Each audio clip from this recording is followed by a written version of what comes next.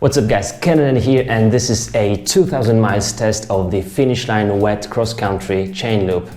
If you remember, just like a week ago I made a test of Finish Line ceramic wax loop, which I did not recommend. And this one is the one I do recommend, and let me show you why. In terms of the price, 120 milliliters will cost us $8, same amount, not the smaller one, but same amount of ceramic wax loop will cost us $10, so $2 more, and it's not worth the price. This one will not be as long lasting and will make a kind of a mess of our chain just by itself, even without going outdoors. I made it on my Cannondale K10, you can see that. And this one, that's the one I've been using for years actually, and for the last 2000 miles I just paid much more attention to how often do I have to loop my chain and how does it really work.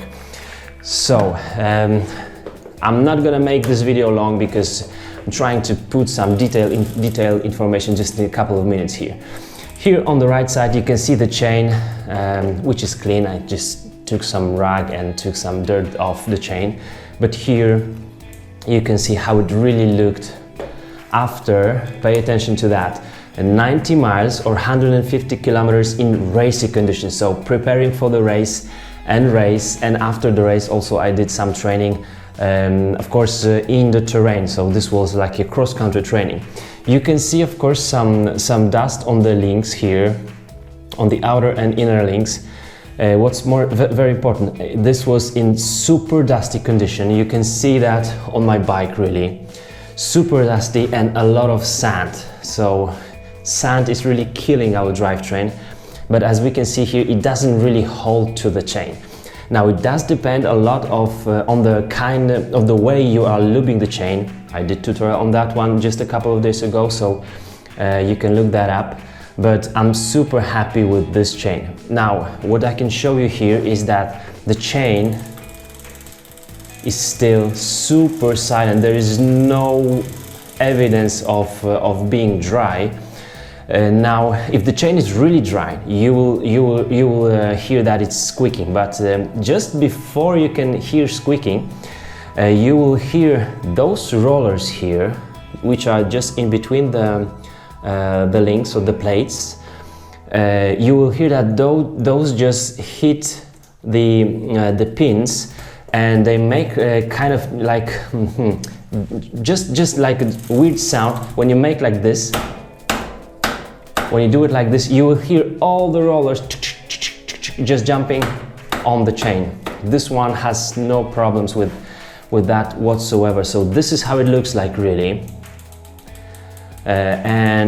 Normally after like 90 miles, around 100 miles with my Finish Line wet, I would loop the chain once more, but I will just try to not to do it until I will hear it's dry. So I'm going today for another 90 kilometers, so some 50 miles, just checking the racetrack for the next Sunday next week, and then I will just let you know in my future episodes, one of those, how many kilometers did I really do on this one. So I'm just gonna take this dust, this dirt off the chain and go cross country for some nice ride today.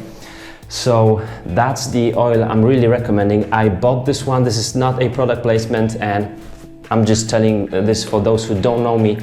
If there will be any product placement, you will know about it. Now, if you want to compare the density of the oil, I'm gonna show you this wax loop. This one is almost like a water. You can see it's just really like, you can feel it like water. Those drops will not hold to my fingers. Now if we look at this one makes nice drops. Now the more dense the oil is, of course it will be more durable or more long-lasting on your chain. That's super easy to say. It's kind of logic. For example, the Roll-Off a German one loop for the chain is making the chain very dirty, but it's super dense and it lasts like forever. This one I feel like it's kind of in the middle. I do like it, and and that's why I'm just recommending it to you.